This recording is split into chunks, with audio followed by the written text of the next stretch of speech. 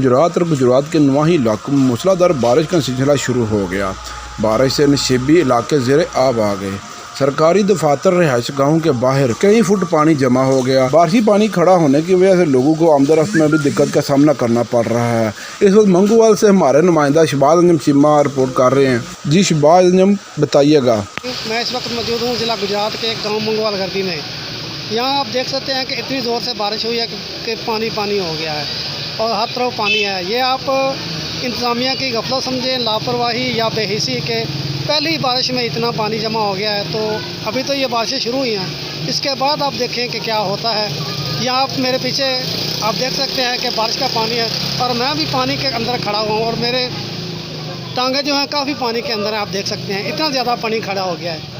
तो अभी तो ये पहली बारिश है, तो आने वाले मौसम में इसका क्या हाल होगा। बारिश का सिलसिला अभी शुरू हुआ है और जगह जगह पानी खड़ा हो गया है। अभी तक गुजरात की इंतजामिया की तरफ से कोई भी इमदादी कार्रवाई नहीं की गई, जिसकी वजह से ताजर शदीद परेशान दिखाई देते हैं।